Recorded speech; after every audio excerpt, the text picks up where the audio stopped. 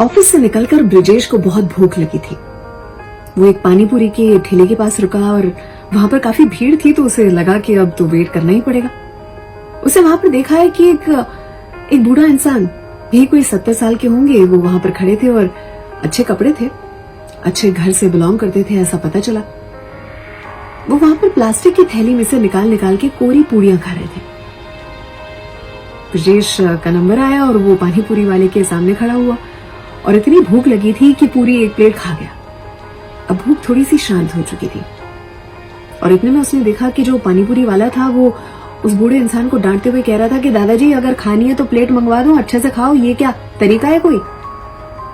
लेकिन फिर भी वो दादाजी उस पानीपुरी वाले की तरफ हंसते मुस्कुराते हुए देख रहे थे और उन्होंने अपना कार्यक्रम जारी रखा।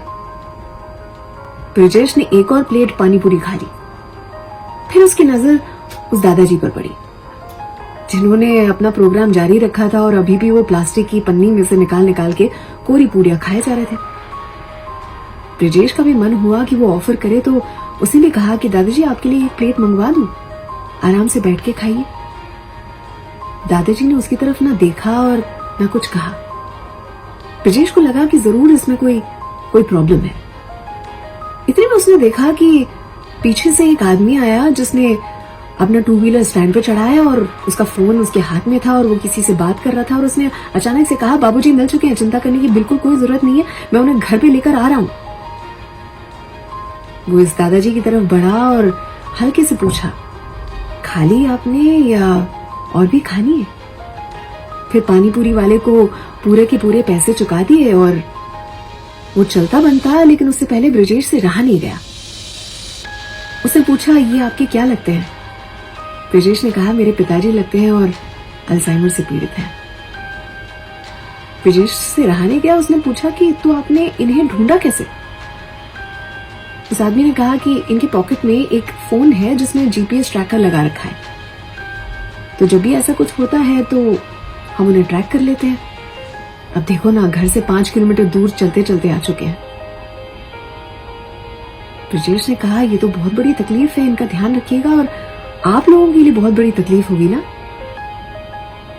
इस आदमी ने ब्रिजेश की आंखों में देखा और कहा, जब मैं छोटा था, बचपन में बाहर खेलते खेलते मैं खो जाया करता था, तब मेरे पिताजी मुझे ढूंढकर मेरा हाथ पकड़ के मुझे घर ले आते।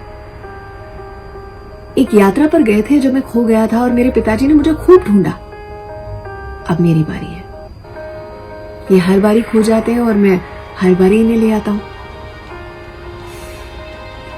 अपने पिताजी के साथ वो टू व्हीलर की ओर चला और पिताजी को धीरे से टू व्हीलर पर बिठाकर अपने घर की ओर चला।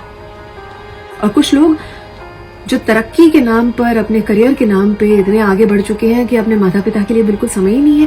वो तरक्की ही क्या जिसमें आप माता पिता के बुढ़ापे का सहारा न बन पाओ। कहते हैं कि पहला प्यार कभी नहीं भूलते, फिर हम माता पिता का प्यार कैसे भूल जाते हैं।